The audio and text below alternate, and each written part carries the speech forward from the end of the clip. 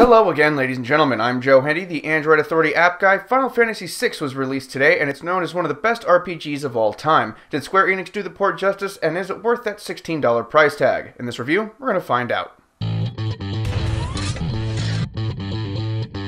If you've never played Final Fantasy VI before, it's about a girl named Terra who can cast magic in a world where no one can cast magic. She's liberated from the enemy early on and asked to fight against them with a resistance group called the Returners. As you play, things get complicated, you pick up about a dozen playable allies, and end up going after the Empire and Kefka head-on, which carries you through most of the rest of the game. The game itself is pretty much like every other Final Fantasy title on Android to date, with a few minor changes here and there. You walk around on world maps in towns, fly around on airships, fight bad guys, and use chocobos to move from place to place while you watch the storyline progress. If you've played an earlier Final Fantasy title before, or any JRPG for that matter, you pretty much know how all of this works. One of the biggest perks about Final Fantasy VI isn't just the good story, but also all of the subplots. Once you get to a certain point, there is a vast array of things you can do outside the purview of the main story. This includes all of the new Magicite, bonus dungeons, and extra content that came with the 2006 remake. Otherwise, everything else is as it used to be. The enemies, events, story, bosses, and more remain relatively unchanged aside from the improved graphics.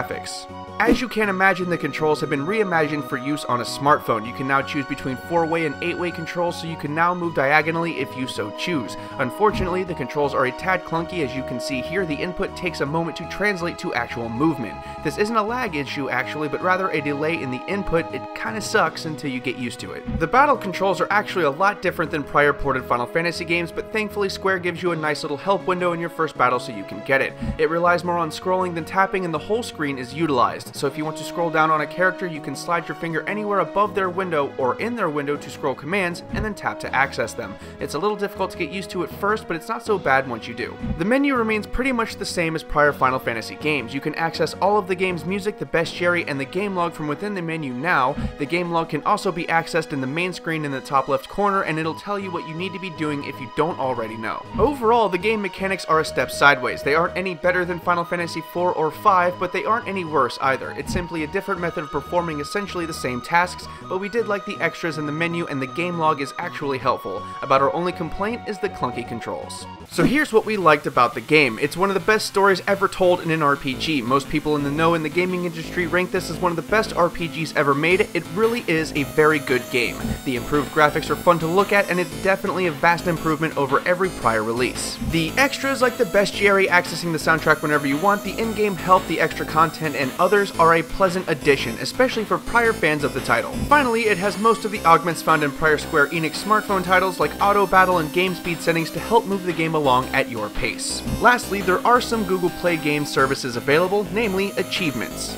And here's what we didn't like so much. Many people, including me, were hoping for a full 3D revamp like they did with Final Fantasy IV, and the rumors of this not being true are disappointing. The controls are clunky. Again, this isn't game lag, but rather a delay in the input, and until you get used to it, you may find yourself taking some unintentional extra steps. The 8-way controls don't really add anything, and I actually ended up going back to 4-way controls. I really hope Square Enix fixes this particular problem. The DRM always connected means you cannot play the game where there is no internet access. Lame. Lastly, some root users have complained that you can't use the game with Exposed installed. I have Exposed installed, and as you can see, the game works fine for me, so it's likely a specific module or combination of modules that are causing the problem. If you're unsure, buy the game and try to play it, and if it doesn't work, get the refund inside the 15-minute refund time. There are also likely some device and OS incompatibilities that we don't know about yet. Also, there is no cloud saving. Double lame.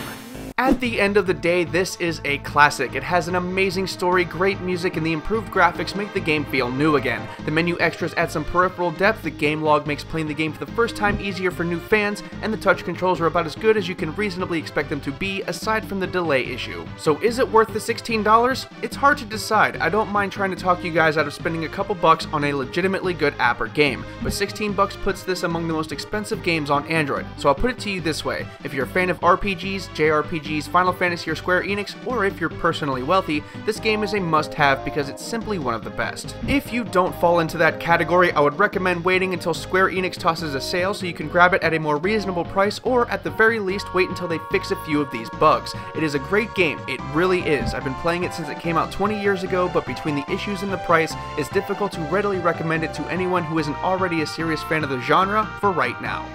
Once again, I'm Joe Hindy, the Android Authority App Guy. Don't forget to subscribe to our YouTube channel and check out our social media links below. If you're hanging out for a minute, we have a couple of awesome videos for you to watch right over there. Also, don't forget to check out the written companion in the video description. Thank you again for watching and have a wonderful day.